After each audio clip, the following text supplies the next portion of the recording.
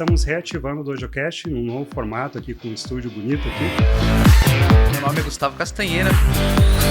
Vai ser um prazer poder compartilhar um pouquinho. Eu sou Matheus Anversa. Sejam super bem-vindos ao DojoCast, o podcast da Dojo.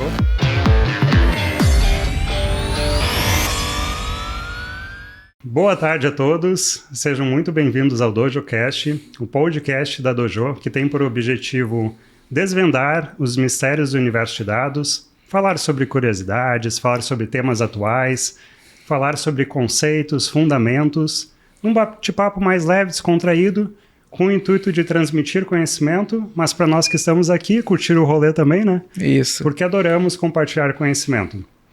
Estamos no segundo episódio da segunda temporada, vamos chamar de segunda temporada do DojoCast. E hoje estou aqui, sou o Matheus Anversa, sou o fundador da Dojo, estou como CEO, hoje como host do programa, e nós vamos falar sobre estratégia de dados. E por que nós vamos falar desse tema? Porque tem se falado muito sobre dados, antigamente mais Big Data, depois veio as IAs, agora está se falando muito sobre IA generativa, e aí está tudo nessa questão que parece ser uma hype, mas eu acho que não é exatamente uma hype, o assunto já veio para ficar. E no momento que se fala de IA generativa e se fala sobre todos os investimentos que estão sendo feitos, especulações de mercado, receios, que tem pessoas aí que estão com medo de perder os empregos, estão com inseguranças em relação ao tema, muito tem se falado sobre isso, sobre uma ótica mais de tecnologia, mas a gente não tem escutado falar sobre estratégia de dados, que é o que fundamenta tudo isso. Então hoje aqui a gente vai entrar um pouquinho mais a fundo nesse tema, vamos descer um pouquinho mais em conceitos, vamos debater, vamos trazer analogias, e para isso eu trago novamente aqui um convidado e meu sócio Castanheira, para falar um pouquinho sobre o tema. Para quem não viu, acho o primeiro episódio, acho que vale a pena de repente tu fazer uma rápida apresentação sua, e a partir daí a gente começa o nosso bate-papo. Claro. Obrigado pelo convite mais uma vez. Inclusive esperamos para os próximos temas aí trazer outros convidados, né? Não vai ficar esse bate-papo só o Matheus, o Anversa, conversa e o Castanheira. Mas já que estamos aqui, é um tema que a gente gosta bastante. É o nosso, como dito, é o nosso segundo podcast nesse novo formato. Eu sou o Castanheira. Estou hoje como CTO da Dojo, também cuido da parte de consultoria ali da Dojo e tenho visto bastante cenários dentro dos clientes que a gente atua, dentro dos benchmarking, dentro de estudos que eu tenho feito também, relacionados a essa parte de estratégia. Então vai ser um prazer aqui poder compartilhar com vocês o pouquinho que a gente conhece. Perfeito, seja muito bem-vindo. Obrigado. Como a gente vai falar muito aqui hoje sobre estratégia de dados, eu acho que é legal a gente criar primeiro uma base comum sobre estratégia.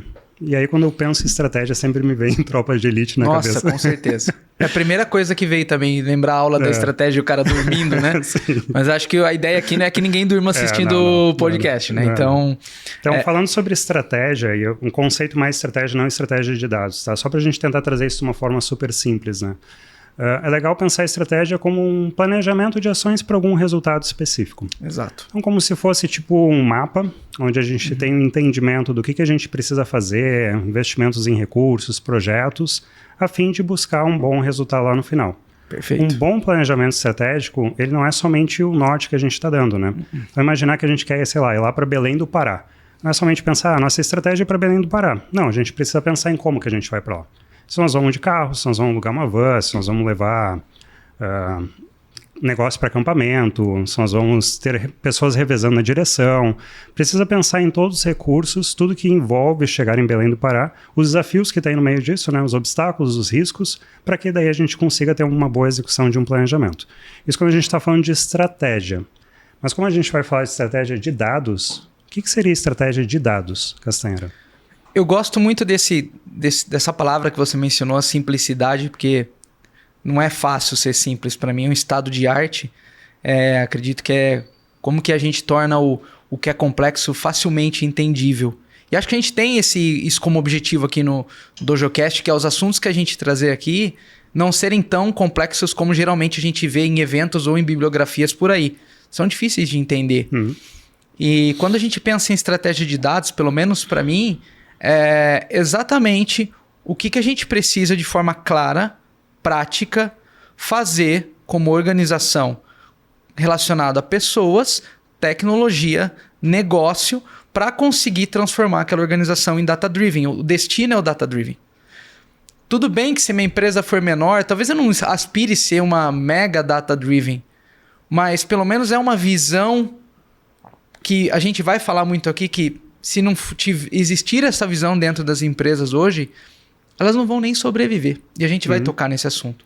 Então, o que eu faço com pessoas, com tecnologia, com negócio, para conseguir ser orientado a dados? Para mim, estratégia de dados simplesmente é isso. Faz sentido? Faz bastante. E aí tu trouxe data-driven, tu meio que explicou, mas a gente gosta de tentar deixar mais claros os conceitos, né? O que seria uma cultura data-driven? O que seria uma jornada data-driven? Que também se fala muito, né? E hoje tá cheio de jornada por aí, né?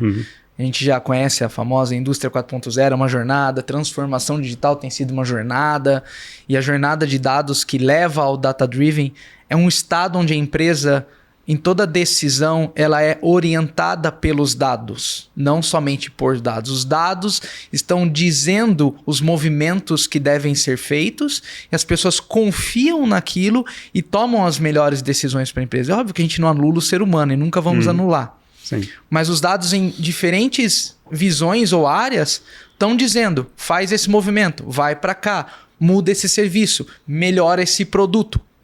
E aí eu confio, porque eu fiz a jornada, eu fui melhorando o skill das pessoas, eu fui melhorando tecnologicamente, eu fui melhorando as minhas práticas, e eu confio naquilo, e a empresa consegue, de fato, seguir aquelas orientações, aprender e melhorar tudo que ela oferece baseado nos dados.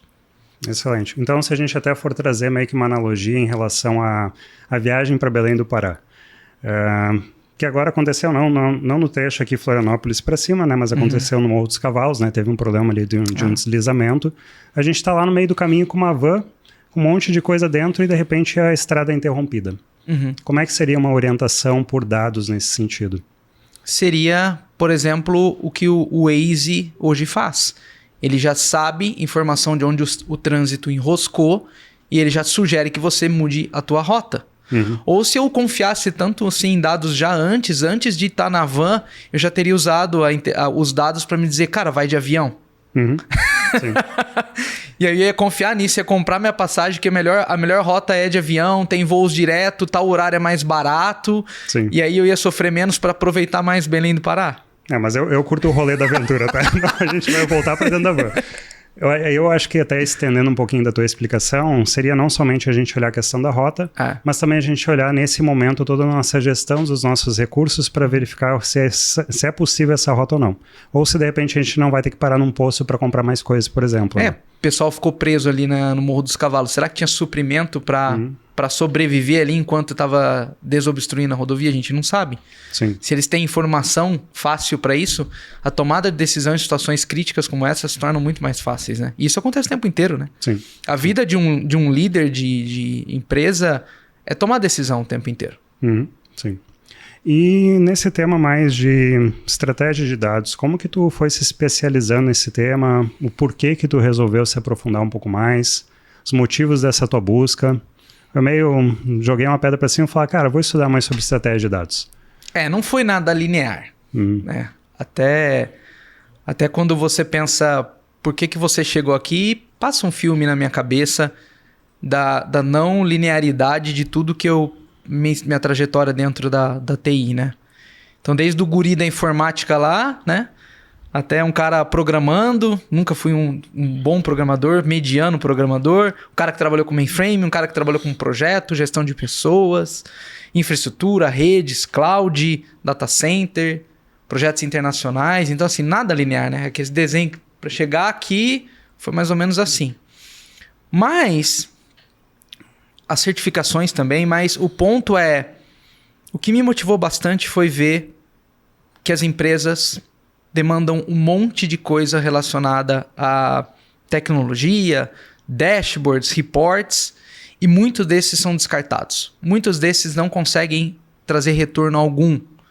Então isso me motivou bastante, porque nos últimos 5 anos da minha carreira, que não linear, como eu disse, eu já venho trabalhando com dados e analytics, eu comecei a olhar que tudo era isolado, muita coisa era jogada fora, eu tenho pavor de desperdício, E nunca eu ouvi falar sobre estratégia de dados.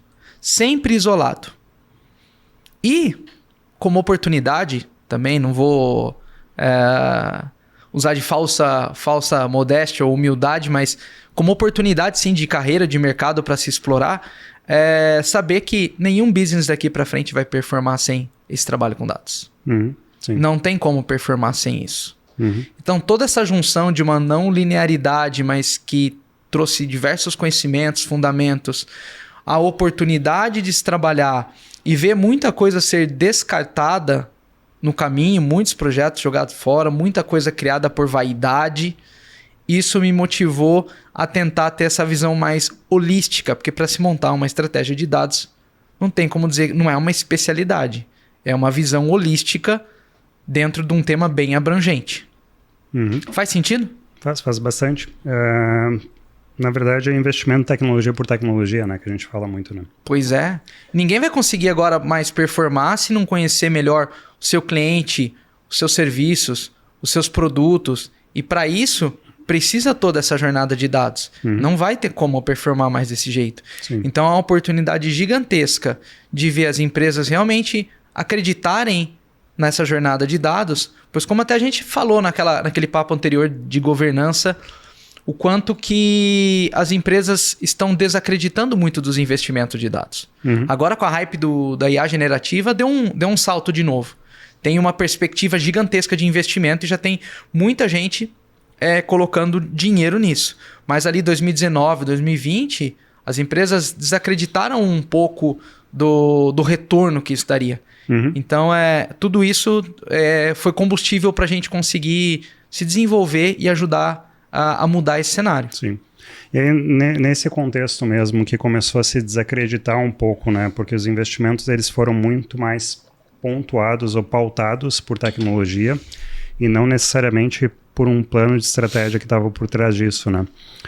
Quais são os erros mais comuns que tu vem observando quando as empresas estão entrando um pouco nesses movimentos de hype, né? Não necessariamente agora a questão da IA generativa é uma hype, porque eu acho que ela já veio ela já veio, já ficou de fato, ela já está modificando a dinâmica do mercado, né?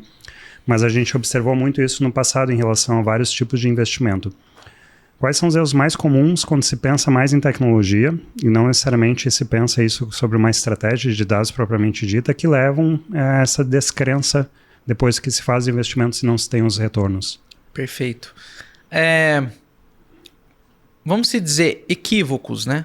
Alguém tem que começar esse assunto. E a gente até falou isso na governança também. E é um assunto que geralmente vem encabeçado por TI.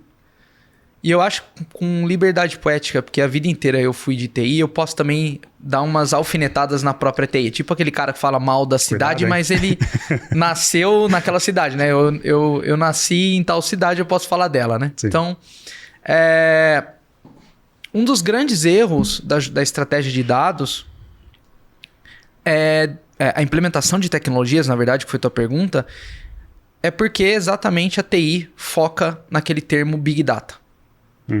Então, o ser humano carrega a história do Big. Quero fazer parte de algo grande, um mega sistema, um custo de infraestrutura pesado. Os projetos de TI tendem sempre a vir muito pesado, né? A gente sabe, é ordem de milhões. E enquanto toda a estruturação, que ela é importante, mas o timing, começar por ela, não é a forma como eu acredito.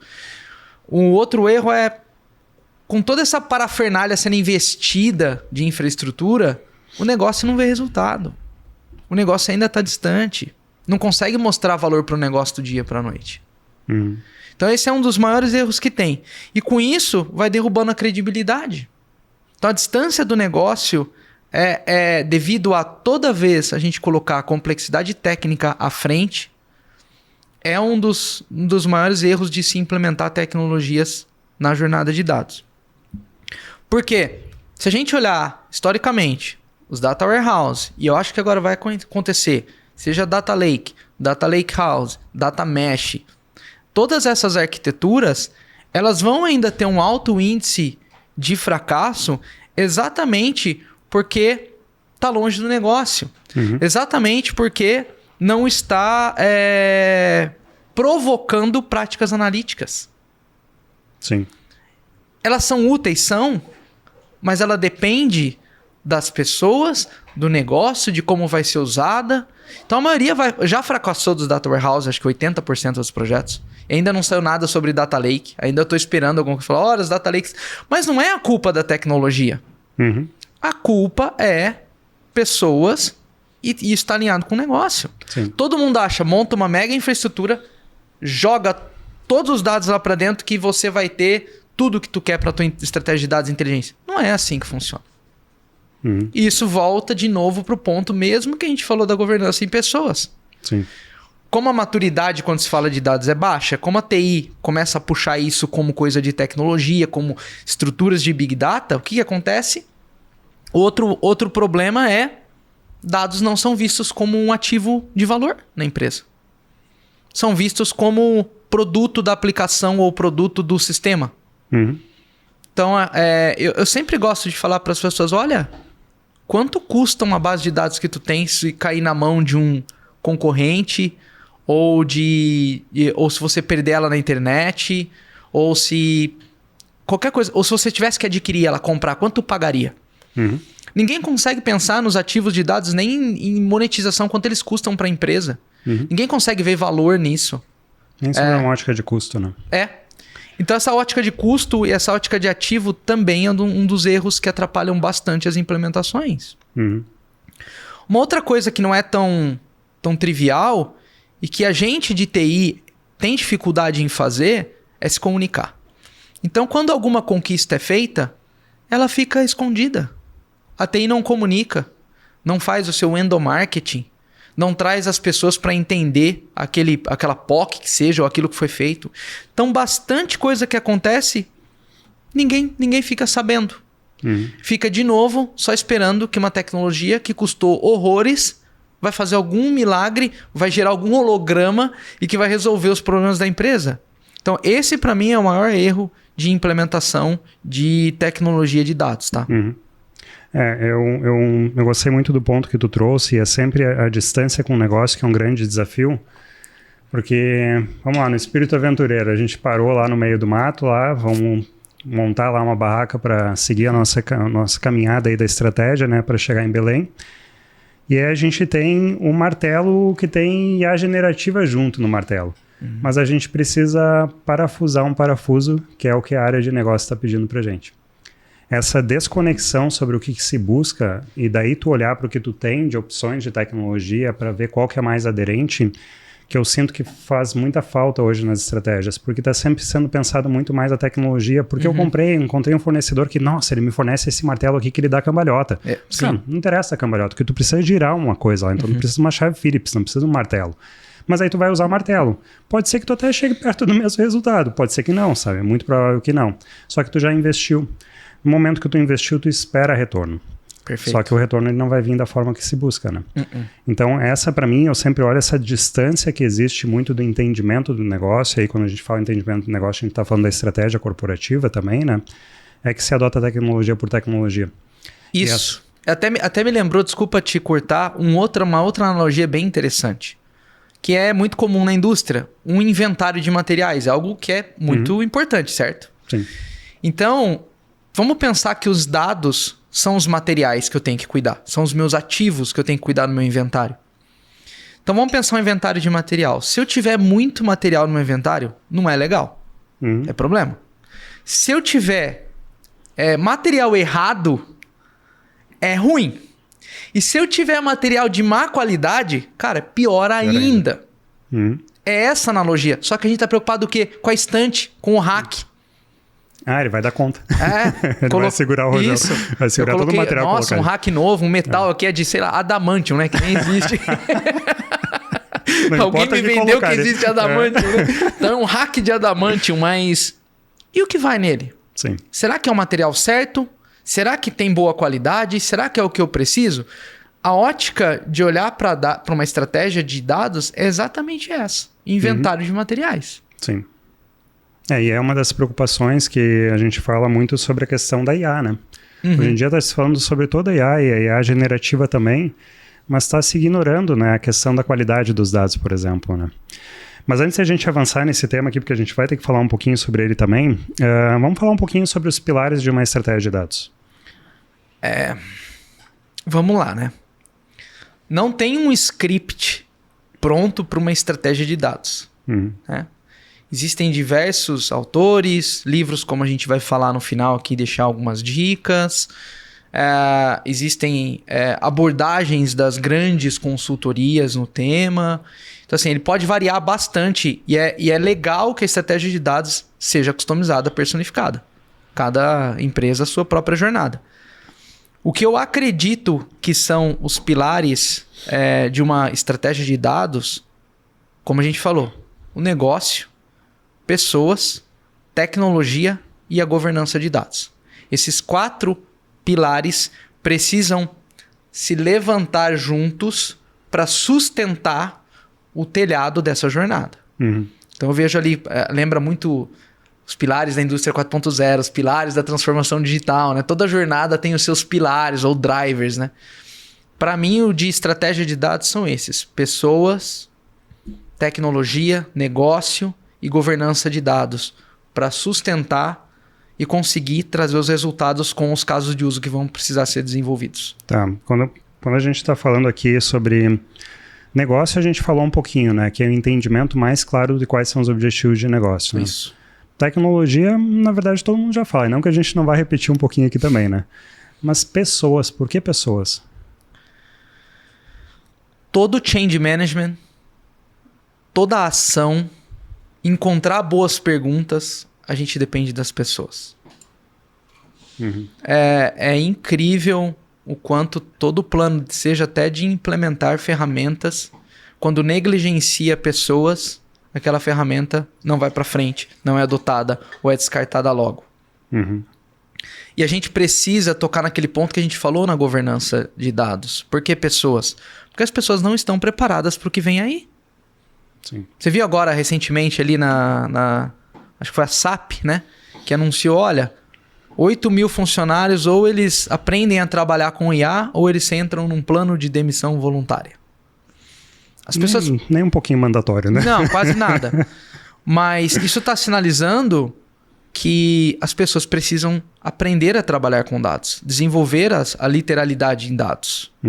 As competências de conseguir ler dados, interpretar, comunicar com aquilo, entender o que tá ali por trás. Não é simplesmente, eu sei trabalhar com dados, eu sei ler relatório. Não tem nada a ver com isso. As práticas analíticas que a gente falou para desenvolver habilidades analíticas, isso precisa ser trabalhado nas pessoas. Porque o que me dá um certo pânico, vou dizer, é que a tecnologia deu um salto tão grande que eu não consigo ver o ser humano, a mente, ter dado esse salto tão grande para acompanhar. Parece que a gente virou gargalo nessa história. Capacidade cognitiva limitada, que a gente estava conversando um pouquinho ontem. Né? Isso. Então, por que pessoas? A gente precisa equalizar essa equação.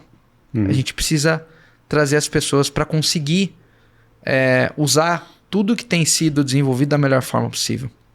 Então, não consigo... No passado, eu negligenciava em outras estratégias esse pilar. Hoje, eu repito e canso e sou chato.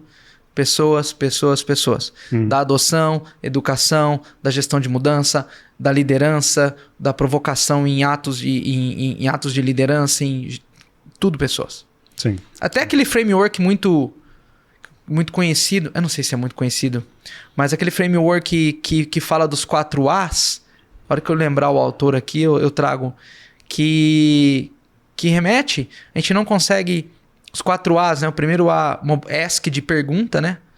Toda iniciativa de dados deve ter uma boa pergunta. Então, o ser humano é importante nisso.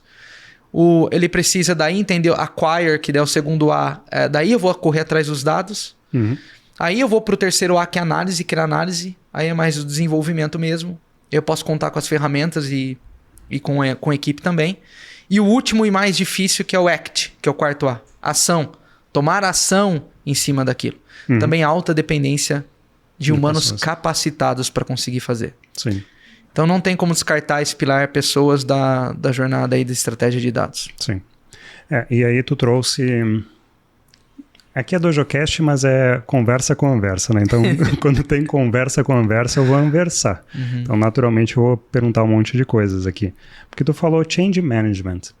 E aí depois tu até falou gestão da mudança. Mas nem todo mundo tem isso tão claro. Porque tu tá falando uma questão que é literalidade, é o quanto que a pessoa conhece, o quanto que ela tá mais alfabetizada no tema dados. Mas como é que tu explica isso de uma forma um pouco mais clara, essa mudança que é necessária? É basicamente tirar a pessoa de um estado de negação e levar para um estado de orientação. Ela já é orientada porque ela confia. Isso são fases que a gente passa no processo de mudança, vamos dizer, quando a gente tem que introduzir uma nova tecnologia, um novo processo, qualquer mudança. Change management. Né? Então, aos poucos, porque eu também não gosto e não acredito muito na abordagem revolucionária, evolutiva, aos poucos, como é que eu pego aquele cara que está negando, levo ele para ele tentar alguma coisa, para ele ficar mais curioso, para ele começar a confiar, usar, e daí ele falar, não, tô orientado, isso aqui é minha bússola. É esse processo que é o change management. Sim. Faz sentido? Ficou clara essa explicação? Faz. E até para a gente discorrer um pouquinho mais sobre a negação propriamente dita, né? Até para a gente trazer um pouco mais até para o que a gente já observou, né? Em alguns momentos a negação ela tá por um apego que a gente observa, né? A pessoa criou uma estrutura de tomada de decisão dela, onde ela tem algumas planilhas que ela criou, então é o filho dela, né? Então ela tá pegada naquilo e não necessariamente aquilo permite com que ela analise, né, os dados, pois né? Sim. Então esse apego faz com que ela não queira mudar. Em outros momentos é uma insegurança que até tem se falado muito atualmente, né? Que é essa insegurança da substituição, né? Então, vou ser substituído. Na verdade, existem escolhas, existem opções, né? A própria SAP, quando faz esse movimento que ele é um pouco mandatório, está dando uma escolha, está dando uma opção. Você pode se desenvolver, está aqui o programa que vocês têm para vocês começarem a aprender um pouco mais sobre IA generativa, ou tu tem um caminho que não vai ser aqui na SAP que vai funcionar. Você pode procurar outra posição no mercado. Mas normalmente passa por essa questão da pessoa ter já seu mecanismo próprio, já estar nessa zona de conforto que é dela, de como que ela opera. Isso não quer dizer que seja a forma mais eficiente, mas é a forma como ela opera. E aí tem muitos momentos que fazer essa primeira quebra, né, onde a gente entende que é um pouco mais sutil e difícil até, mas depois que a pessoa entende que na verdade aquilo ali é uma oportunidade para ela de evolução, ela vai conseguir seguir, né? De fato, como a história do esquilo cinza, né? Que é uma história que sempre mexeu comigo, que eu escutei ela a primeira vez do Rodrigo Yoshima Mas nunca viu o esquilo cinza? Não, nunca vi. Eu acho que eu já vi. Não, eu já vi, sim. E essa história é muito interessante porque ela mostrou uma outra mudança que ocorreu de uma forma evolutiva. E eu sempre brinco assim, né, com os clientes que a gente dá consultoria e tal. Precisa me encontrar um esquilo cinza. Que é alguém disposto a fazer diferente e contagiar os demais, né? Quem não conhece a história do esquilo cinza, basicamente, na época das grandes navegações, o esquilo cinza era predominante na América do Norte e ele acabava entrando nos navios que iam para a Inglaterra. Só que ele tinha um plano estratégico da viagem, mas não era no Belém do Pará, ele ia pra Inglaterra. Esperto esse esquilo aí. Só que eles não sobreviviam. Eles foram... A espécie foi evoluindo até que um conseguiu chegar lá, na Inglaterra.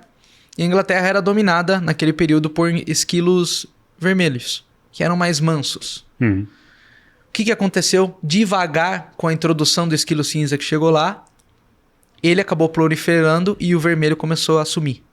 Porque ele conseguia daí conquistar os alimentos, né? Vamos dizer, conquistar mercado, né? Fazer uma analogia.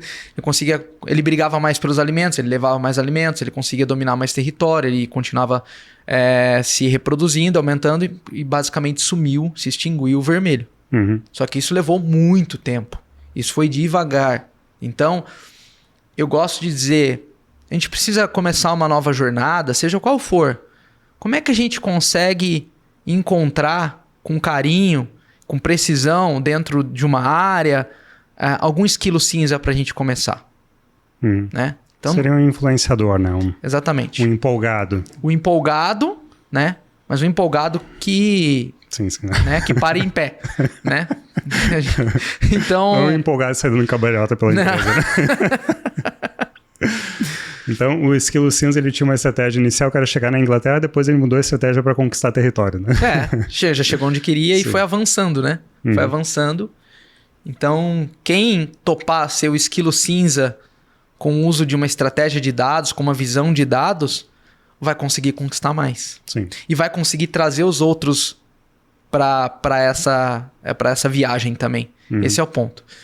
Às vezes a gente entra em algumas situações que, de cara, tem que começar a jornada de dados com um CIO que não tá afim, que ele quer colocar ainda... Ele tá com a cabeça dele preocupada com o data center que não pegue fogo, que tenha custo baixo, e não que isso não seja importante, mas ele não tá... Ele tá muito distante de querer abrir, mas a gente tem que entrar por ali. É muito difícil. Sim. É muito difícil. A chance disso... Entrar água nessa estratégia é bem maior, sabe? A não ser que a gente pegue já pessoas que já estão com uma mentalidade ou que de repente as prioridades já não sejam as mesmas, né? De conseguir trabalhar mais a nível de sustentação, o cara já está com essa parte mais resolvida e está querendo movimentar diferente. Se ele tem uma TI bimodal que se fala, né? Que ele consegue operar em duas camadas, a manter a casa rodando e olhar para a inovação. Sim.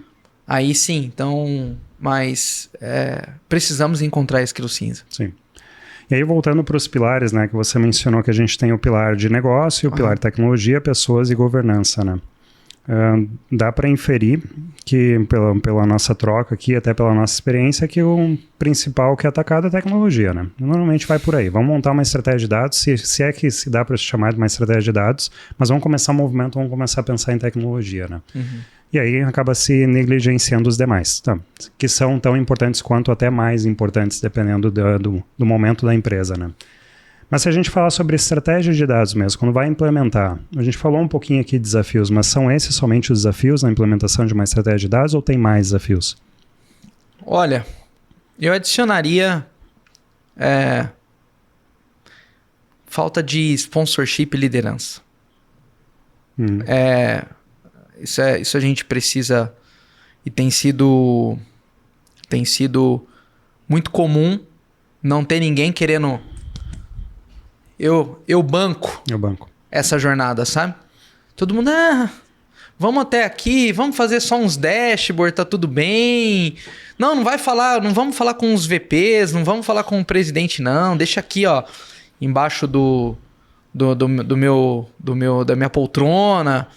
Então, tá faltando liderança. Ainda é um desafio muito comum, falta de liderança. E essa teimosia em revolução. Tá? Vamos começar? Então vamos pôr um data lake. Tudo de uma vez, sabe? One shot, pesado. Precisamos começar ao contrário do Big Data, small. Sim. Small, pequeno. Não grande. Então, ainda se vem muito revolucionário. Isso é um grande desafio. Porque uma vez que vem revolucionário, vem com uma venda, um speech muito, muito pesado. Que faz com que a expectativa de todo mundo que começa a ouvir fique lá em cima. E a gente sabe que não é do dia para a noite que isso se estabelece. E aí faz todo mundo perder credibilidade, frustrar. Esses caras são mentirosos, isso não acontece, isso é muito lento, a TI é lenta. Porque lá vem de um Big Bang muito grande. Então isso é um erro muito, muito comum que se vê também para a estratégia de dados. Sim, sim. Eu acho que até adicionando, né? Quando a gente fala em...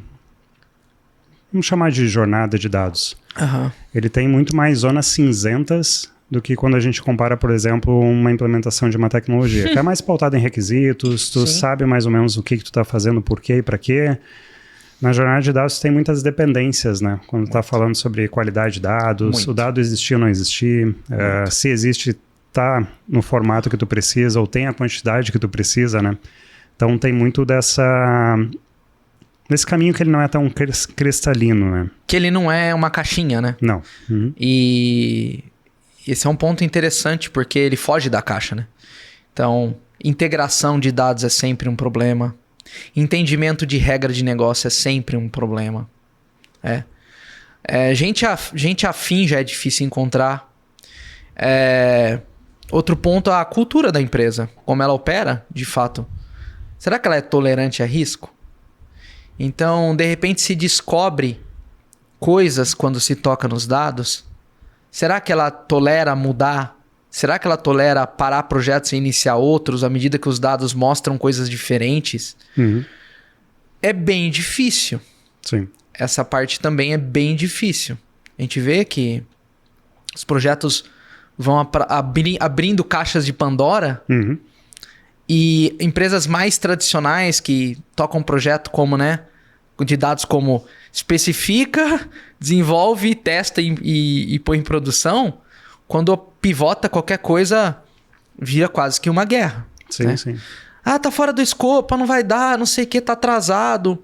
Só que nessa educação, a gente tá vendo o quanto é importante ter tolerância para mudança de rota, uma vez que você entende melhor os seus dados. Ele tá revelando um monte de coisa para você. E é um desafio, né?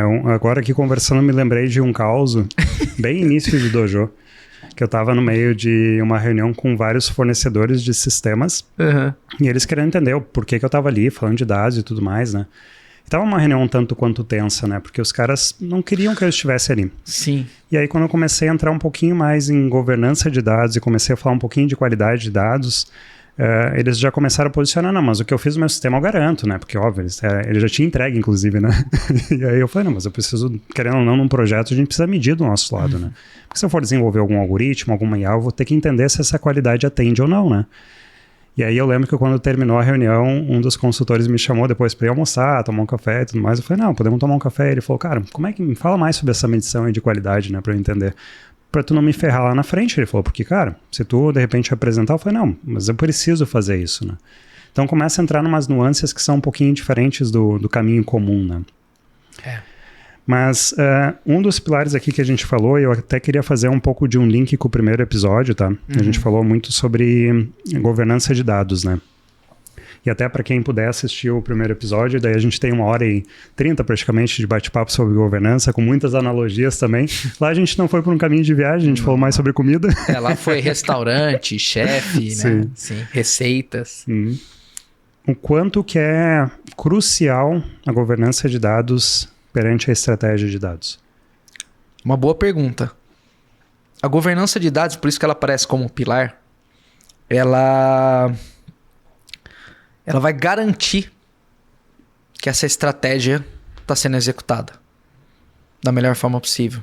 Quer dizer, mensurada, reportada, principalmente de acordo com práticas de segurança, regulamentações que o segmento venha a ter. Vamos fazer uma analogia. Ela vai ser a varinha do maestro para dar ritmo e ali ela está conseguindo ver como toca a banda. O maestro é o CDO, o executivo de dados. Deveria ser, né? Ela é a varinha. Então, a governança de dados dentro de um guarda-chuva de estratégia, ela deve garantir que o que foi definido, a sua estratégia de viagem, está sendo seguida.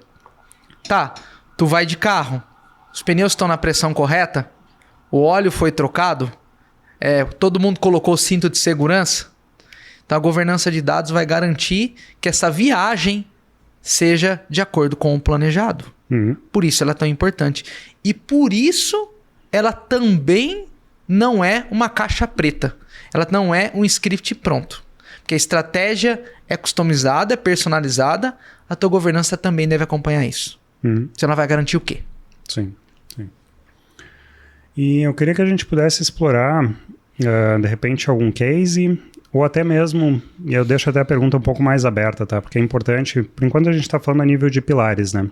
A importância de cada um, a sutileza de alguns pilares que não são tão mencionados como, por exemplo, o pilar pessoas, e a gente entende o quanto isso é extremamente relevante quando a gente está falando de estratégia de dados, mas pode ser através do case ou pode ser também uma explicação à parte. Como é que seria uma execução de uma estratégia de dados? Assim, ok, precisamos pensar em estratégia de dados, o que a gente faz? Sugiro a gente elaborar em cima de um case, né? Que eu estava pensando aqui, que é um case que está até quente na minha cabeça de um cenário bem interessante. E não é um segmento, por exemplo, que a gente falou na governança, né? É um case que foi num segmento de educação, Então é bem diferente. A gente não está falando aqui de indústria e manufatura. A gente chegou lá para fazer uma governança de dados. Uma estratégia de governança. E a gente viu que, na verdade, eles precisavam de uma estratégia de dados mais ampla. Eu considero um sucesso porque a gente saiu de um cenário onde a área de dados que existe, ela era um subproduto dentro da TI, que era dentro da operação. Então ela queria tocar em governança, mas ela não tinha, o que a gente fala é poder para conseguir exercer o que precisa. E junto com eles, o que a gente fez? A gente até, vamos dizer, a gente foi inciso em exigir que a gente gostaria de falar com o presidente, com vice-presidência, porque a gente foi contratado inicialmente, não, monta o plano aqui da governança dentro do meu subproduto sem poder mesmo e eu quero ver o que eu tenho que fazer. Uhum. Não, deixa a gente falar com o presidente, deixa a gente falar com os VPs de todas as verticais. Então, primeira coisa que a gente fez, a gente foi entender para onde que a empresa estava indo. Entender a visão que aqueles caras tinham. Falar, pô, faz sentido. E ali a gente percebeu, pô, o tema dados tem força com esses executivos. Por que está como subproduto lá dentro da TI? Uhum. Sabe? Tão quietinho lá, tão tímido, né?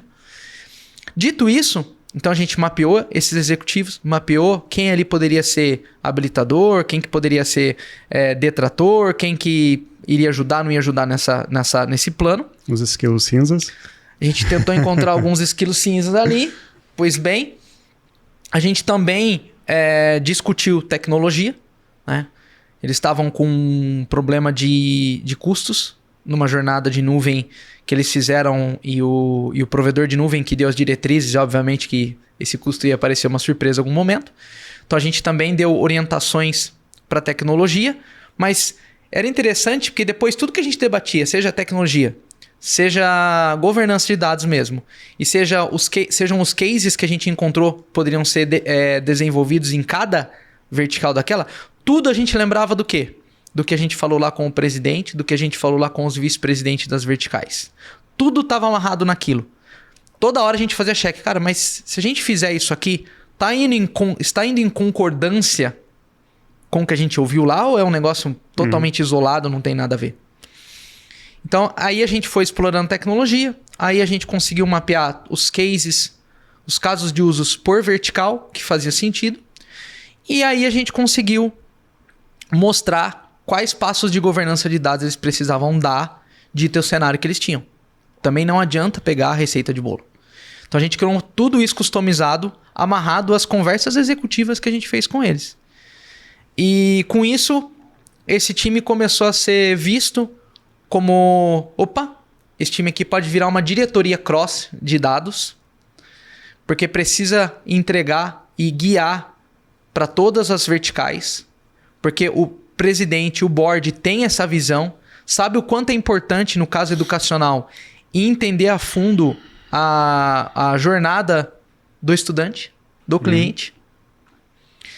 Precisava aumentar market share, porque o mercado é concorrido, né? Hoje se tem universidade abrindo aí em todo canto, né? E a pessoa hoje pode aprender de qualquer lugar. Sim. Então o mercado está apertado.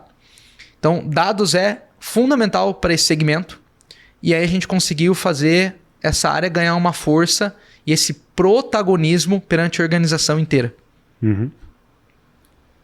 Faz bastante sentido. E assim, foi um case bem peculiar, ao mesmo tempo também que teve muito apoio, né, da empresa, né? Uhum. Porque daí a gente percebe que quando o assunto ele já está numa pauta um pouco mais executiva, ele tem uma melhor fluidez, não tem tanto trabalho de convencimento, né? Mas se a gente fosse começar hoje um trabalho de estratégia assim, de dados numa companhia, assim, quais seriam os primeiros passos? Assim, o que a gente precisa fazer normalmente quando chega no cliente, né? E ele está convencido que precisa investir nisso, ou não, que ele está achando que é mais governança de dados ou é tecnologia. Quais são os primeiros passos que a gente precisa dar? Uma boa pergunta. E toda vez eu comparo com a jornada de digitalização, que é mais TI, porque geralmente a gente fala que eles sabem o que eles o que eles precisam, eles acham que sabem o que precisam, e quando definem os sistemas, veem que não é bem aquilo. Em dados é um pouco pior. Eles acham que sabem o que querem, e na verdade não sabem ainda nem o que querem, muito menos o que precisam. O passo inicial, cheguei em qualquer empresa, independente do tamanho. Fui no Zé da Esquina Shop a uma grande empresa global. Precisa entender para onde que ela quer ir. Precisa conversar, precisa ser top-down. Então precisa entender com o presidente ou o responsável, quem toma a decisão para onde a empresa está indo estrategicamente. Temos que entender para onde essa empresa está indo. Por exemplo, ela quer aumentar o market share, ela quer melhorar custos, ela quer melhorar como ela cuida do inventário dela de materiais. Baseado nisso, desdobram-se todos os outros passos. Então, o primeiro passo para mim é entender para onde que a empresa está indo. E muitas vezes isso não é nada trivial. Em empresas maiores, a gente encontra bastante dificuldade para falar com os executivos de alto escalão. A gente sim já encontrou executivo que não era esquilo cinza e era o contrário. Não, eu confio no meu cabelo branco ou na minha ausência de cabelos e não preciso de dados, já sei o que tem que fazer. A gente encontrou alguns assim, você lembra disso, sim, né? Então já começa o change management nas primeiras conversas.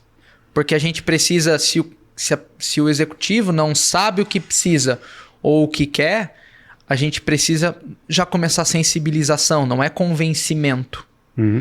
Eu não gosto muito tem que convencer.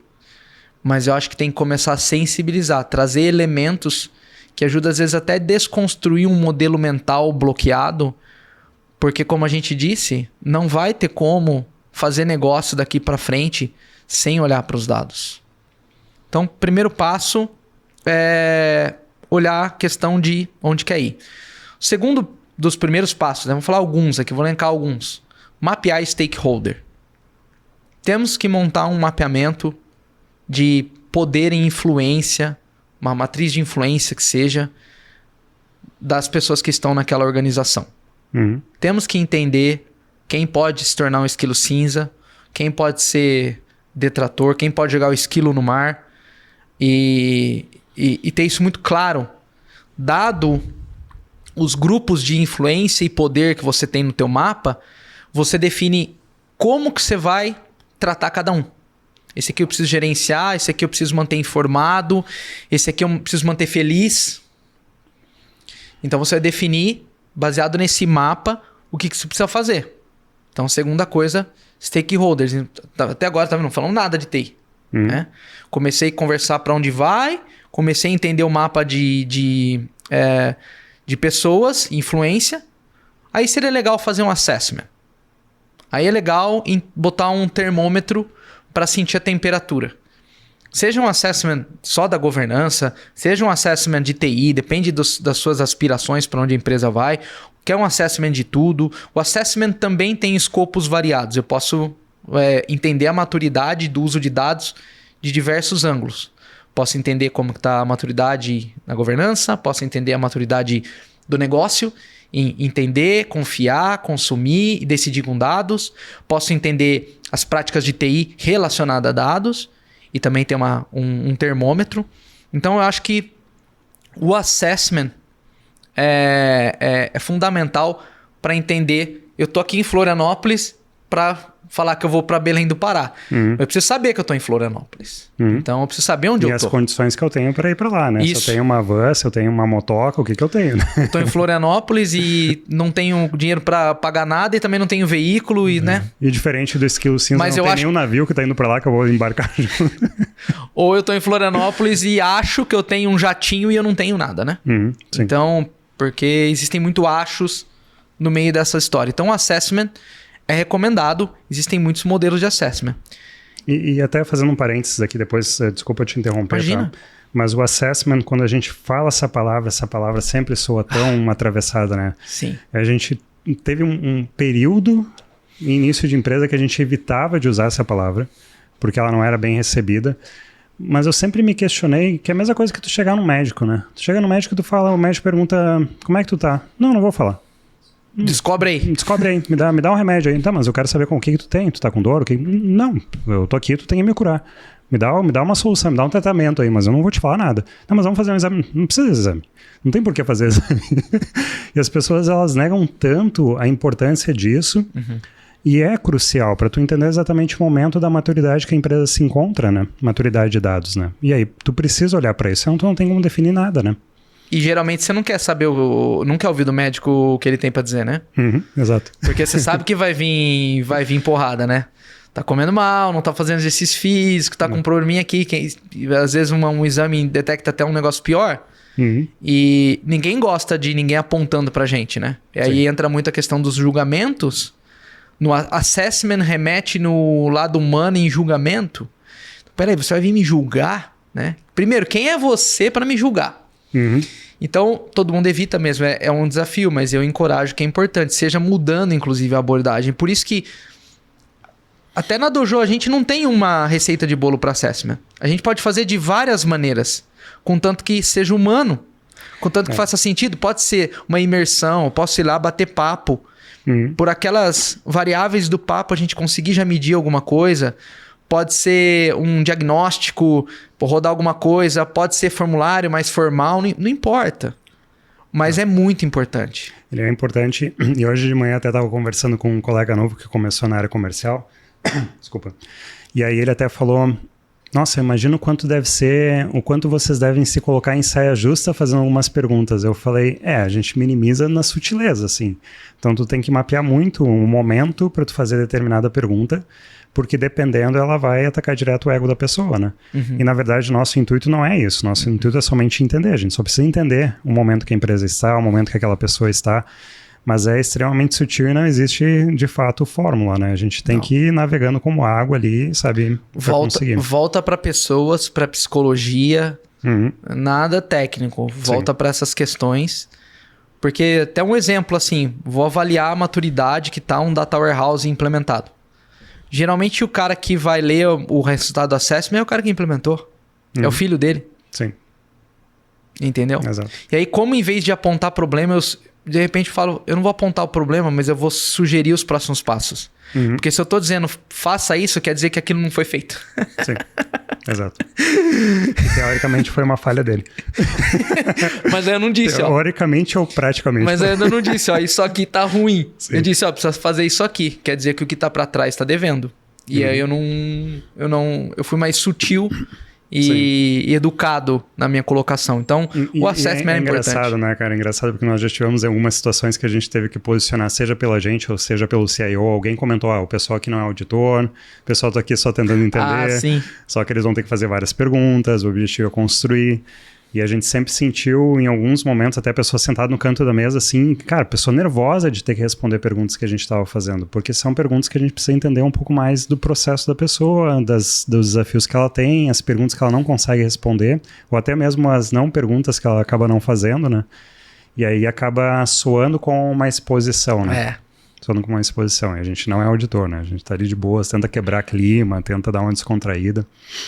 Mas você que está aí nos vendo, ouvindo, por favor, dê a chance de entender onde vocês estão, sabe? Seja que chame como quiser, trate de N formas, chame alguém que você acredita que tem uma abordagem coerente quanto à cultura, mas não pule esse passo, porque senão você não sabe de onde está saindo. Exato. E até para continuar nos primeiros passos, então a gente... entendeu para onde a empresa vai, mapeamos stakeholders, fizemos assessment de N maneiras, posso fazer. Aí é legal entender um pouquinho de prioridades. E aí eu sugeriria que tenta encontrar 3 drivers. Drivers são coisas que estão ligadas àquela direção maior, mas que trazem mais para ação, é mais actionable, não é tão só inspiração. E que tudo que você for selecionar para trabalhar com dados, você lembre, tá alinhado com esse driver? Exemplo, né? Isso aqui ajuda a melhorar a minha gestão de custos. Então, gestão de custos é um driver, vamos supor, é um direcionador. Sim. Então, preciso melhorar minha gestão de custos. Então, eu abro um projeto lá, isso aqui ajuda? Ajuda, legal, entra. Foi dito que precisa se reduzir tantos por cento de inventário ou melhorar a gestão do inventário. Essa iniciativa está ajudando em alguma coisa na cadeia relacionada a esse inventário? Ela está. Então, ela está alinhada com esse direcionador. Então, é importante ter alguns direcionadores. Sejam que venha dos executivos, seja que venha de pesquisa de mercado, olhando para fora. Então, por exemplo, muito na indústria que a gente está acostumado, a cadeia ali de supply chain, a visão do IBP, né? Que é um planejamento de negócio mais integrado, ponta a ponta. Então, vamos mirar o IBP como um driver? Tá alinhando, tá ajudando a construir o IBP da empresa, essa iniciativa? Tá. Então, a gente vai. Então, é importante ter essas prioridades, esses drivers. E daí, os tais dos quick wins. E só um parênteses, esses drivers a gente está falando que são de negócio, né? Direcionadores de negócio, sempre. Tá. Até agora não se falou de tecnologia. Até agora não. Só se entender o que eles têm, né? Só isso. Só se eu fizer um assessment de TI, mas ainda eu não toquei, né? É só se eu medir TI. Ainda não fui aprofundei na TI. Por quê? No próximo passo que eu sugeriria depois dos drivers então, quais são os quick wins que a gente pode começar? Quick wins ideais são iniciativas que têm alto valor para o negócio e que não é tão complicado de implementar, tecnicamente falando, não tão complexo. Eu tenho dados para aquilo, tecnicamente eu não preciso de um data lake house com tudo estabelecido e tem alto valor de negócio. Por quê? Para a gente trazer o negócio logo, trazer o esquilo cinza logo. Para que, inclusive, os quick wins já ajudem no passo seguinte, que é o entendimento da TI, já ajude a subsidiar toda a estrutura que é necessária ser criada. Daí eu vou entrar com a minha estrutura, minhas rodovias de TI. Sim. Então, depois disso, aí eu começo a olhar para a TI. Inclusive, olhando para a TI, entender a cultura da TI. A gente já ouviu muito disso. A TI é make or buy, né? Ela gosta que ela quer fazer tudo interno, internalizar, ou ela prefere contratar, ou ela tem um meia-meia. Algumas coisas mais estratégicas ela mantém dentro de casa, algumas ela conta com os parceiros. Qual que é a cultura de trabalho dessa TI? Isso é muito importante também. Sim. Mas a TI ela só começa a ter mais força nessa montagem da estratégia a partir do assessment e dos drivers. Faz sentido? Faz bastante sentido.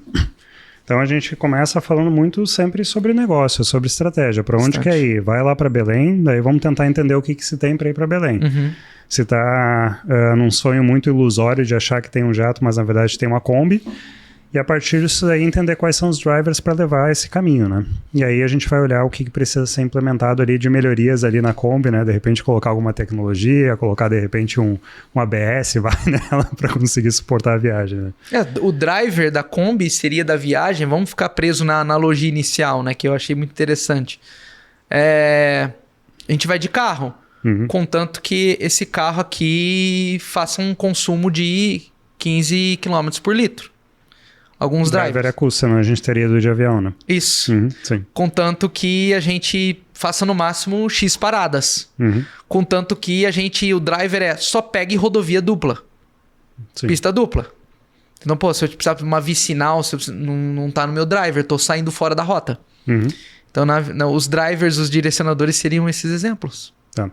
E aí a gente chegou na questão da tecnologia e ter, né, uma Kombi que tem uma eficiência de 15 por litro, que baita Kombi aí. Não sei se isso existe, né? Mas tudo bem. Aonde que entra daí os direcionadores de governança no meio de tudo isso? Como é que a gente vai olhar a governança daí nesse aspecto? A governança, ela vai começar a ter desdobramento indiretamente desde o momento zero para onde a empresa vai. Porque para onde a empresa vai, eu já tenho, vamos dizer, a direção da governança corporativa. Então, eu já sei o quanto que aquela empresa ela está mais preocupada em se defender com riscos, com compliance, ou se ela está mais preocupada em atacar. Cara, eu quero trazer novos caminhos de receita, eu quero inovar. Então, desde o momento zero, a governança está, vamos dizer, subentendido ali dentro. Mas ela vai começar a ganhar clareza a partir do assessment. A partir do assessment, Porque o que acontece após os assessment e essas definições? Eu começo a desenhar roadmaps. Porque eu já entendi para onde a minha viagem vai levar. Então, a partir disso, eu defino o meu roadmap de tecnologia, o de governança, o de negócio e o de pessoas. Roadmap de pessoas. Quando você ouviu falar disso, né? Empurrar dados nas pessoas. Mas como é que eu vou capacitar? Sim. Que perfis que eu vou trazer ao longo do tempo, à medida que eu aumentar, né, o meu parque na jornada data-driven? Tem novos perfis aparecendo no mercado, sendo desenvolvidos, emergindo. Que momento que eles entram? Sim. Será que no momento 0 eu já preciso de 15 Data Steward? Provavelmente não. Então, que momento que eles entram? Por isso que eu preciso de um roadmap de pessoas. Ou de reskill das que eu tenho, ou de upskilling das que eu tenho, ou de mudar o time que eu tenho. Infelizmente, o que a gente tem visto, pelo menos nos clientes que a gente toca mais, é que quando a jornada de dados ela fica claro os roadmaps, fica claro os caminhos de seguir, geralmente o time que estava lá não acompanha. Sim. É mudado. É feita uma transição, não consegue acompanhar. Ou entra um movimento SAP, né? Ou entra um movimento desse. Precisa dar oportunidade para quem quer se desenvolver ou não. Mas aí quando a gente está falando muito mais de pessoas, é tudo relacionado ao change management, né? Tudo. E aí você mencionou Data Steward. Cada termo novo a gente tem que ir, né? Esse é um papel muito... Gera sempre um uau quando alguém escuta essa palavra, né? Até tem um colega que está se mudando para a Alemanha e uma oportunidade de ser Data Steward lá. Basicamente, é alguém que entende dos ativos de dados de uma área, um segmento específico.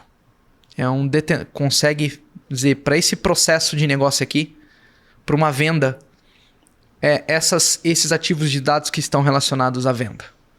E ele consegue ajudar a área a encontrar oportunidades de desenvolver produtos de dados, como também ele tem responsabilidade dentro daquela área, departamento, segmento, mas negócio, de ajudar também na qualidade dos dados.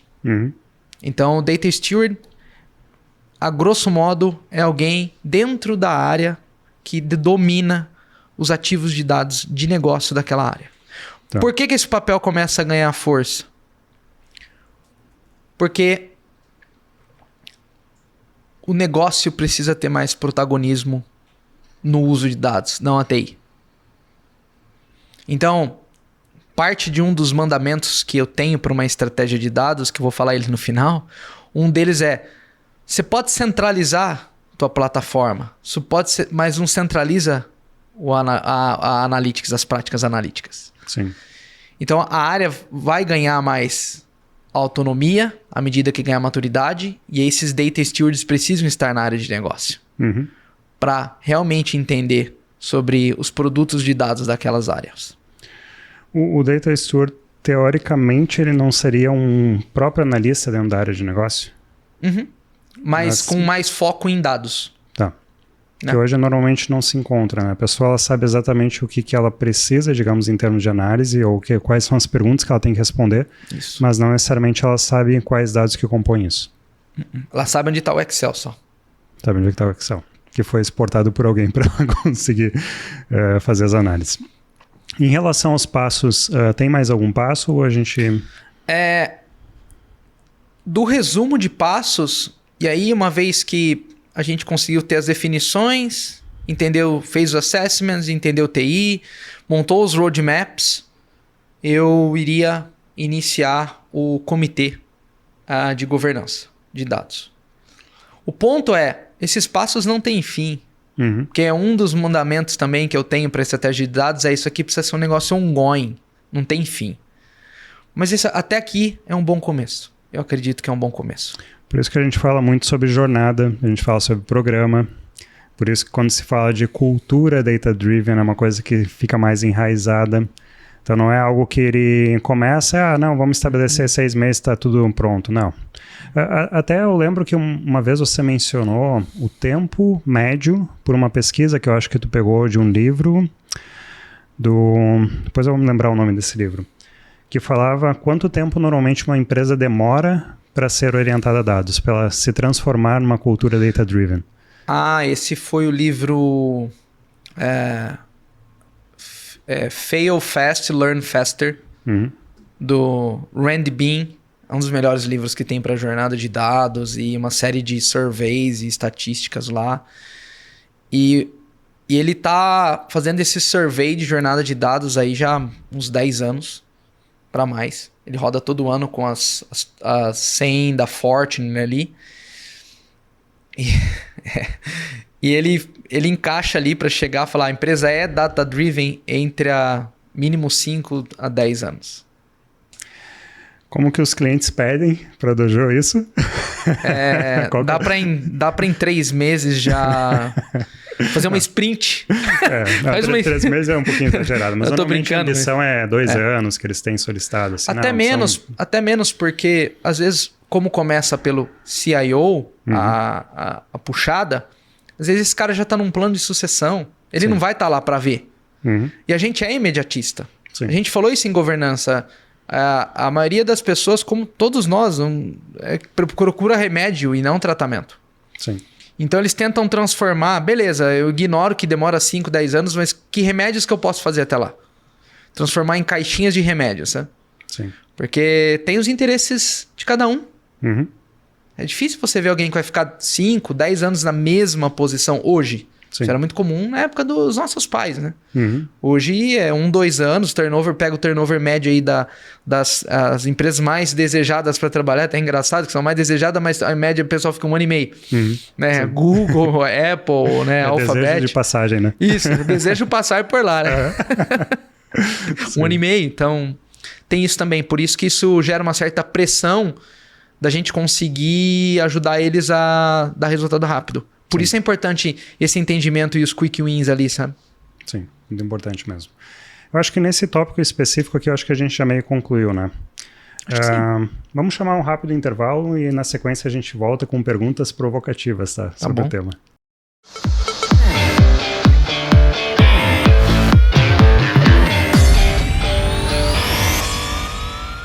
Bom, retomando aqui então o assunto, depois a gente ter um breakzinho para tomar um café e comer uns petiscos. Vamos falar um pouquinho então agora sobre como que a inteligência artificial e a IA generativa se conectam no tema de estratégia de dados. Bom, a gente obviamente está tocando esse tema porque tá na hype, né?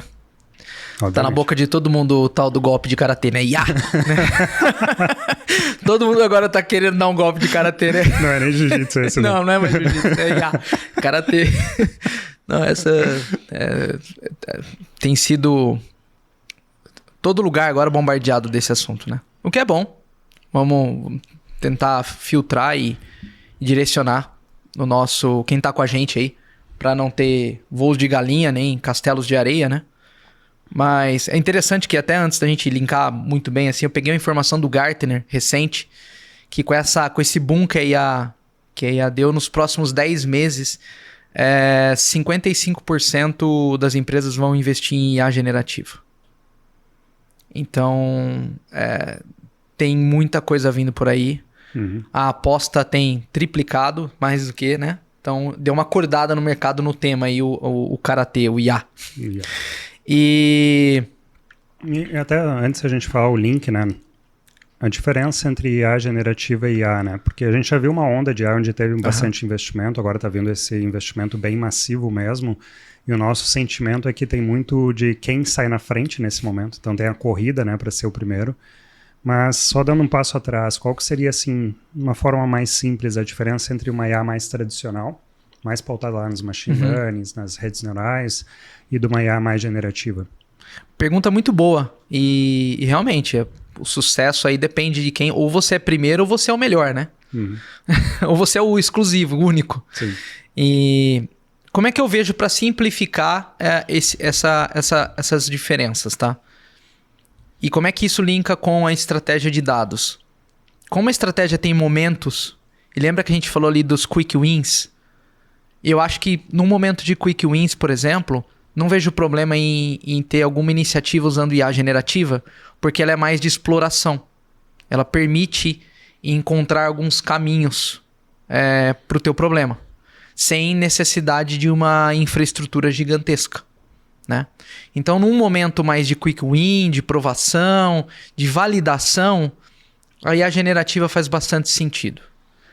Já num momento onde eu tenho certo, vamos dizer, processos dependendo daquilo, eu preciso ter mais robustez, eu dependo mais da minha maturidade de governança para proteger melhor o que eu estou fazendo, mais gente está usando aquela ferramenta, e aí a gente pega aquilo que foi gerado na IA generativa e coloca em modelos tradicionais. Numa IA tradicional, onde ela está mais no nosso controle, onde ela é muito mais robusta, escalável, onde ela eu posso garantir as questões de segurança de uma melhor maneira. Então eu vejo assim, generativa, mais exploratória de caminhos, e a tradicional robustez, médio e longo prazo, sustentabilidade naquele case. Então, dependendo de onde eu estou na estratégia, eu posso vir com a abordagem de usar uma, ou eu posso vir com a abordagem de usar outra. Sim. É óbvio que isso também vai variar segmentos. Tem segmentos que são intolerantes aos riscos, mesmo que a generativa já trazem. Né? Então, já tem segmentos... A gente tem cliente que está, por política, definido que não pode usar a IA generativa para nada, porque eles não se sentem confortáveis ainda. Mas basicamente é isso. Sim, e aí não daria para falar que a generativa ela é muito mais para criatividade, e a IA mais tradicional seria muito mais para assertividade, porque além de robustez, ela também tem muito mais uma assertividade no resultado específico do algoritmo que é criado. Perfeito. Né? Então, quando a gente quer atingir um grande resultado que vai impactar no negócio, normalmente a tradicional é onde a gente segue mais o caminho. Né? E como que é a relação das IAs com a estratégia de dados? Ela precisa ser a visão de IA, o que eu tenho visto nos eventos, o que tem falado, vocês precisam definir a visão de IA, o que a empresa espera fazer e onde que a empresa espera chegar com IA. Essa visão de IA precisa ser criada baseado na maturidade. E na maturidade que eu digo, skills, competências. Será que eu tenho as competências necessárias para trabalhar aquilo? Para usar essas ferramentas? Lembra do ser humano se tornando meio gargalo? A gente está atrás das tecnologias. Será que daí eu tenho os habilitadores necessários? O que são habilitadores? Será que eu tenho o meu data lake da forma que preciso, o meu data warehouse, os datasets? Será que a minha estrutura para se trabalhar está adequada para aquela visão de IA? A governança está adequada para suportar os casos que fazem sentido? Então, a visão de IA também vai acompanhar o crescimento ou os níveis de maturidade que eu tenho naqueles 4 pilares que a gente mencionou aqui. Como que estão as pessoas, como é que está a minha tecnologia, como é que está a governança de dados, como é que está os meus casos de uso de negócio, que fazem sentido eu usar IA. Eu não preciso usar IA para tudo. Agora, também a IA não precisa se tornar a bala de prata. Ela precisa ter caso de negócio que faça sentido dentro da maturidade que suporte aquilo. Então, de novo, a gente cai num cenário que não é script pronto, não é receita de bolo. Vai depender de olhar para todos esses elementos. Por isso que eu sempre, desde o nosso início aqui, falei, depende da visão sempre holística. Quem olha para uma estratégia de dados, seja um executivo, seja um consultor que está junto, precisa ter uma visão holística do todo. Precisa entender a big picture para poder calibrar as coisas. Senão ficam só aqueles slides de 1 milhão e voos de galinha. Sim. Né? Exato. E é sempre a visão de caixa de ferramentas, né? Porque normalmente nós somos chamados em algumas reuniões para... Precisamos implementar uma IA aqui para estoque. Tá, mas qual que é o problema? Isso. E ninguém sabe responder o problema. Não, mas a IA precisa ser implementada. Tá, mas qual que é o problema? Porque, de fato, o que define a tecnologia é o problema. Isso. Pode ser que, de repente, um mero dashboard já resolva. Ou até uma simples regressão linear já resolva, porque eu quero olhar para o meu histórico. Exatamente. A gente é muito chamado para situações aleatórias assim, né? Porque a pessoa tá com um incêndio ou tá com uma dor e quer remédio. E às vezes nem sabe se a dor qual a causa raiz da dor, que daí é a pergunta que tu falou. Será que ele entende que de fato ele quer responder? Eu tô com uma dor, mas eu resolvo a dor ou faz mais sentido olhar qual que é a causa da dor? Porque senão eu vou resolver, a dor volta amanhã. Sim. Né? Já meio que conecta um pouco com a pergunta que eu tinha na cabeça aqui, que é qual que é a implicação de a gente não ter exatamente uma estratégia muito clara pautada e está olhando de novo para a questão da tecnologia, principalmente agora nesse movimento que está muito em alta, né? O que isso pode implicar? Vão botar a culpa que a IA não funciona. Vão falar, não, eu investi, gastei X milhões nisso aí, não funcionou, não deu certo. Esse descasamento estratégico e descasamento com o negócio, só ficar olhando tecnologia, a gente vai continuar ouvindo, já investi, não deu certo. E nós já escutamos esse papo em 2018, 2019, a gente acessou artigos que estavam falando muito sobre isso, mas Sim. O pessoal estava olhando muito sobre a ótica da tecnologia não funcionar, mas não estava dando atenção porque, na verdade, não tinha nada estruturado, nada bem governado, não tinha estratégia por detrás disso. Não tinha pecinha atrás do computador funcionando, com Exato. Skills necessárias, Exato. Entendeu? Exato. Se o ACT não acontecer e se não tiver a boa pergunta, o meio... Mas o meio leva a culpa, né? A culpa é minha, eu coloco quem eu quiser, né? Mais ou menos assim. Sim, exato. Investir, então, eu decido qual que é o culpado, né? Isso. Bom, falando sobre o futuro, como que você vê o futuro em relação ao tema estratégia de dados? Olha, eu tenho visto que tem potencial de mudar como todos os business vão operar daqui para frente, de como que as empresas fazem negócio. Aprimorar muito como que o trabalho tem sido feito. Ainda escuto bastante gente preocupada com empregos. O Gartner também fez uma pesquisa bem legal sobre isso e vai ter um ajuste, um trade-off de tipos de emprego, mas ao longo dos próximos 10 anos a queda é praticamente irrelevante, vai se balancear. Mas a própria manufatura ela já tem usado IA em diversos cases. Vamos pegar, a gente está falando de manufatura porque a gente conhece mais de manufatura e porque é um case que geralmente é mais old school. Então, se a manufatura está se movimentando, imagina as outras, né? Então, o Gartner apontou lá que a manufatura está usando 79% internamente, processos internos, então seja para otimização de supply chain, automação de fluxo de trabalho, questão de precificação, geração de insight. Então, a manufatura já está usando, inclusive, IA generativa para validar, fazer algumas validações com alguns cases, 79% para dentro e 21% para fora, olhando dados externos, olhando o mercado. Então, a própria manufatura, que é mais old school, já tem alguns cases que está aparecendo. Mas tem outros fatores que impulsionam mais a IA daqui para frente. Então, o que a gente tem ouvido falar muito que vai fazer a IA ser mais facilmente adotada e melhorar ainda o que já se tem, por exemplo, a computação quântica. Você vai levar para um outro patamar de processamento. Sim. Outro ponto, a questão de GPUs que hoje se tem para se processar. Isso também leva para um outro nível. Favorece muito. E um outro ponto que vai favorecer a IA daqui para frente, que a gente já está vendo, é a questão geopolítica e econômica. Sim. Tá tudo em cima disso. Exato. Toda a manipulação, toda a movimentação de informação, de tomada de decisão, em termos geopolíticos, de economia, tá tudo em cima dessa estrutura tecnológica. Sim. Então, não vejo como um caminho de volta. Eu acho que sim, alguns vão ter as voos de galinha curto, por não ter uma estratégia, por trabalhar isoladamente, por achar que a tecnologia por si só faz milagre, por não amarrar as pontas. Então, a gente vai ter cases de quedas, sim, mas vai chegar num platô que não tem como voltar e que vai mudar a forma que as empresas fazem negócio. Sim. O Gartner estima que até 2026, ou 2026 está ali, a gente vai ter 100 milhões de pessoas terão um colega virtual com IA trabalhando em conjunto. 100 milhões. Sim. Hoje já tem, né? Tá todo mundo, na verdade, já utilizando o ChatGPT, utilizando todas as tecnologias, né? E tu mencionou um ponto que a indústria está se movimentando, as indústrias de uma forma geral, não somente o segmento que a gente mencionou aqui, mas de uma certa forma precisa-se ter a estratégia por trás, porque é importante ter uma visão mais integrada, porque as empresas querem se tornar orientadas a dados, né?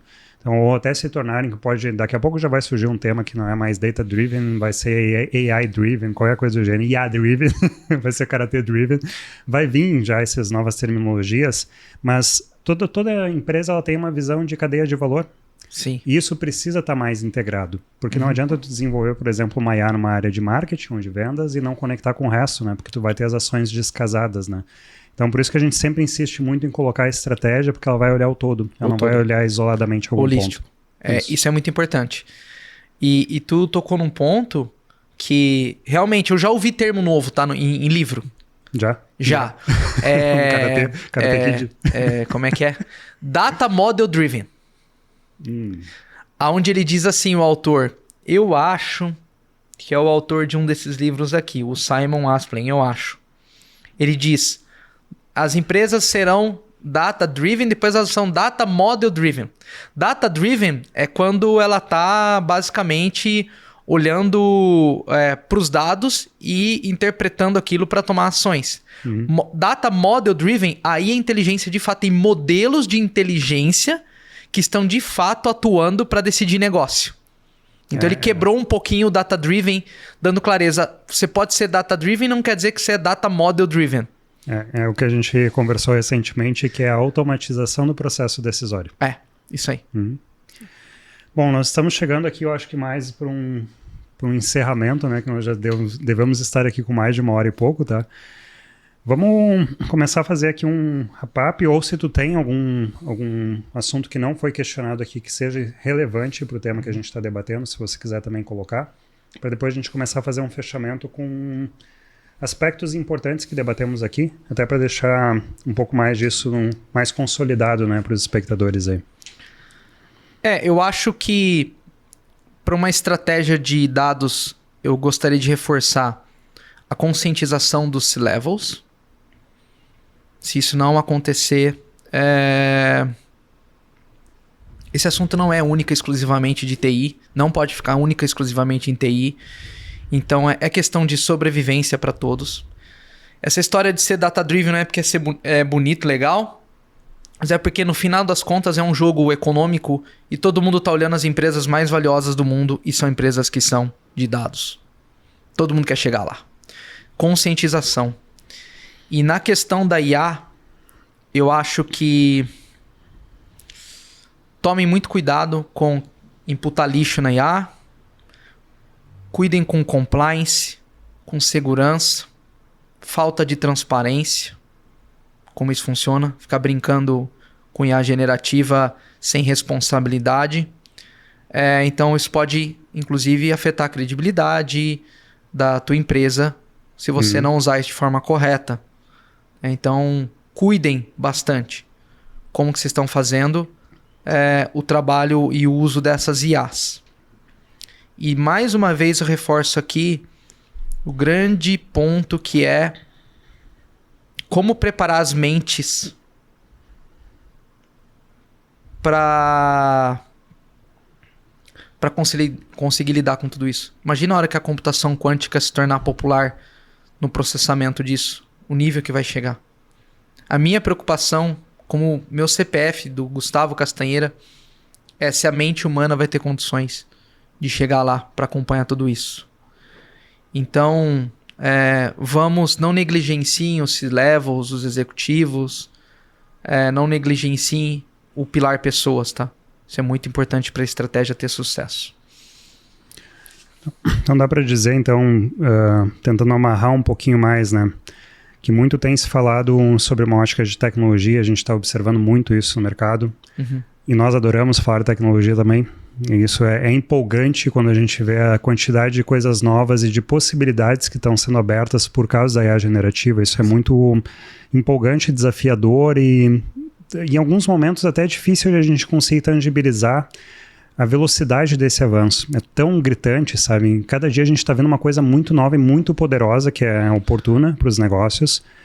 Mas quando a gente está falando sobre estratégia, não se trata da tecnologia. Primeiro que a estratégia de dados é uma estratégia de negócio. Não é nem uma estratégia de dados, você vai pensar na essência dela porque ela é muito posicionada para o negócio. Ou seja, ela está diretamente ligada no que a empresa está buscando.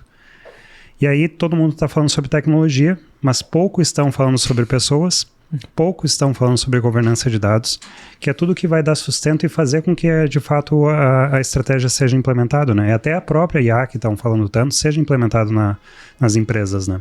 De forma sustentável, né? Sim. É que nem estratégia remete de novo à tropa de elite, que remete a militar e pensa em guerra, né? Eu posso ter tanques tem navio, tem um drone agora, né? Mas o que mais importa? Quem vai operar tudo isso? Sim. Não faz movimento, nem o drone não sai sozinho voando. As movimentações não acontecem sem as tropas estarem preparadas para aquilo. Então, a gente vai tocar bastante em pessoas, sim. Sim. Tecnologia tá cheio por aí. Realmente é maravilhoso. Eu me lembro quando penso muito em tecnologia, né? Quando eu era novo, já passei dos 40, né? Entregar um pouco a idade, que a gente trabalhou com mainframe. Mas eu me lembro que o gargalo era sempre a tecnologia, né? Não roda um MP3 no meu computador, a memória não aguentou. MP3. O joguinho não roda. Punha lá alguma coisa para processar, ia tomar um café ou voltava, né? E o computador não aguentava nada. Hoje isso tá acabando. Hoje é cuidar com as doenças mentais, sabe? Sim. Com esse bombardeio, essa infoxicação que a gente tá vivendo. Exato.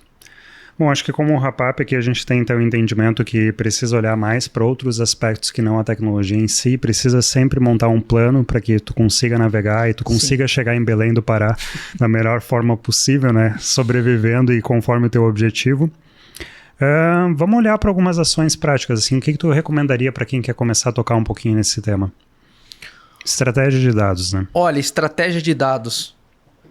Se você não tem acesso direto aos C-Levels, por exemplo, ou se você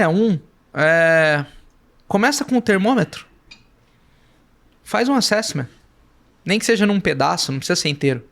Começa com o assessment, né? Depois olha quem que poderia vir junto nessa jornada, mapeia as pessoas. Aí tu começa a entender as prioridades, direção para onde vai. Aí tu começa a construir roadmaps. Pelo amor de Deus, não construa um roadmap só. Um roadmap, eu gosto de chamar fluxo de trabalho, work streams. Qual que é o meu fluxo de TI, de pessoas, negócio, governança, para que você veja o todo avançando e tenha planos desdobrados de curto, médio e longo prazo. Aí você vai para plano, aí você vai para alguma execução e manter aquilo vivo. Então, meu recado comecem de cima, colocando o termômetro e fazendo algumas imersões, diagnóstico, assessment, palavra que você achar melhor. E seja criativo na forma de fazer isso, para não ativar a negação de imediato. Para não bater nos egos imediatamente. Sim, né? Sim. E o que tu teria aí de recomendação? Que eu já vi que tá com 2 livros aqui, né? Pelo menos dessa vez veio 2, não veio 7 livros que veio primeiro. Eu até acho que a literatura de estratégia de dados ela é escassa. Ela é bem escassa. Eu encontrei esses 2 livros no mercado americano. Um deles é o Data and Analytics Strategy for Business, do Simon Asplen-Taylor. Esse aqui. E o outro é a segunda edição do Data Strategy, How to Profit from a World of Big Data Analytics and Artificial Intelligence, do Bernard Marr, segunda edição. Para mim, o do Simon aqui ganha assim, disparado. Ele organiza, inclusive, em 5 ondas, que também sempre amarrado à maturidade. Como é que você sai de coisas manuais, mas que já entregam valor, até vai automatizando ao longo do tempo para até pagar a tua infraestrutura. Sim. E conseguir chegar lá e dar resultado. Então, esse do Simon é bem legal mesmo. Recomendo bastante. Eu acho que a média de preço deles na Amazon nos Estados Unidos é 30 e pouco, $40. É um desafio de comprar aqui no Brasil, né? Infelizmente. Sim. E teria alguma indicação de algum conteúdo adicional, alguma coisa assim, ou mais os livros mesmo? Olha, acho que é mais os livros, porque, de novo, não é linear, né? Especialista em estratégia de dados. Você tem que compor um arcabouço de conhecimento generalizados para conseguir olhar de uma forma mais holística, né? E então, assim, nunca vi curso para estratégia de dados. Se tiver, até comentem aí, deixem alguma indicação. Mas eu não conheço nenhum curso nisso. E eu trouxe alguns dados que eu gostaria de compartilhar nesse fechamento aqui. Com certeza. E acho que são dados para... Tem que fechar um DojoCast de dados com dados, né? Pois é, eu queria provocar um pouquinho, que para vocês verem a quantidade de oportunidade que a gente tem. Somente 24% dos Fortune 1000 empresas estabelecendo cultura de dados ou tem uma estratégia de dados? Quando ele fala eu tenho uma cultura de dados, quer dizer que ele tem uma estratégia de dados por trás. O pano de fundo é a estratégia. 24% de 1.000. Isso pegando uma Fortune 1.000. Sim. Então, você imagina o tanto de espaço que ainda tem sobre esse assunto. Um outro número que é bastante provocativo, porque a gente adora também olhar sempre para fora, a grama do vizinho é mais verde, 73% dos dados gerados não são analisados. Não são analisados. Então os sistemas que vocês implementam, a gente implementa, gera tanto dado, tanta informação, e a gente não analisa eles. Então olhem em volta de vocês, na rotina de vocês, a quantidade de oportunidades que vocês podem ter para mudar a forma de trabalhar. Aqui não é um dado, mas é um fechamento que nunca esqueçam que para ter sucesso a tua estratégia, tu precisa ter bons parceiros. Ninguém faz nada sozinho. Então não esqueça das parcerias. Seja interna, externa, porque é difícil conseguir criar os esquilos cinzas e fazer essa multidão de gente sair da negação e chegar a ser orientado sem ter bons parceiros. Faz uma estratégia que tenha fit para você. Não fica procurando receita de bolo. O que deu certo para a empresa do lado não quer dizer que vai dar certo para você também. E eu queria deixar aqui 10 mandamentos. Eu vou recorrer um pouco à minha lista para não esquecer, que eu anotei 10 mandamentos que eu acho que toda estratégia de dados deveria ter. Tá? Uma delas faça a estratégia que reflita aquela visão. Tem que refletir a visão. Gera confiança nos dados. Então, para você conseguir buy-in, olha para a qualidade, mostra isso para o negócio, senão você não vai conseguir avançar com nada. Começa com o caso de uso de alto valor, lembra dos quick wins? Tenha o controle dos ativos de dados, tem que saber onde está, como é que está sendo cuidado. Encoraje o descobrimento de dados, não penalize isso. Provoque com que as pessoas vão descobrir informações da empresa, não travem, não pode acessar nada, sabe? Trava tudo desnecessariamente. Trave o que tem que ser travado, mas provoque o descobrimento. Centraliza o dado, mas não centraliza analytics. Sim. Deixa as áreas poderem analisar dados. Entenda claramente quem é produtor, quem é consumidor de dados. Comunique implacavelmente o valor de tudo que tem relacionado a dados para a empresa, tanto para cima quanto para baixo. Qualidade de dados pode destruir a sua credibilidade. Então, se preocupe com qualidade. E o último mandamento tenha um plano de carreira para as pessoas que querem dentro da sua organização trabalhar com dados. Porque o futuro é esse. Porque o futuro é esse. Não tem como fugir disso, né? Isso. E aí, para parar de falar que eu falei muito, tem um paradoxo que sempre me bugou, que a gente fala com o pessoal, todo mundo quer preciso rápido, decisão rápida, tomada de decisão, geração de insights precisa ser muito rápido, tudo rápido, mas com uma jornada que vai ser feita em 5 a 10 anos. Exato. Não tem como. Como é que eu encontro equilíbrio nisso, sabendo que tem essa jornada, mas eu tenho uma certa ansiedade, né? E vou construindo os meus cases, e vou entregando, e depois eu vou amarrando. Por isso a estratégia é importante. Fundamental para sustentar esse paradoxo. Sim. Senão todo mundo se frustra, para de investir, pessoas perdem emprego. Então é isso que eu tinha para compartilhar. Maravilha. Assim vamos chegando então ao final do segundo DojoCast da segunda temporada do nosso programa aqui. Gostaria de agradecer a todos os espectadores que estiveram todo esse tempo aqui com a gente. Provocar e pedir para que faça compartilhamento, deixem um like aqui com a gente. Agora a gente está começando a investir um pouquinho mais no YouTube. Deixem os comentários, acionem a gente nos nossos canais para debater um pouco e fomentar um pouco mais esse tema.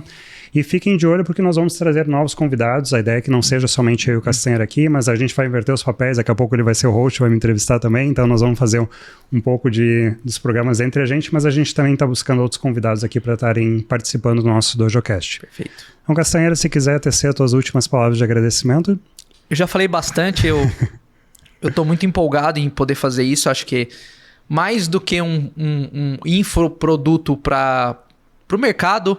Isso também está muito alinhado com nossos propósitos de vida, que é compartilhar um pouquinho do que a gente sabe, reaprender, ouvir opiniões, feedbacks para a gente melhorar.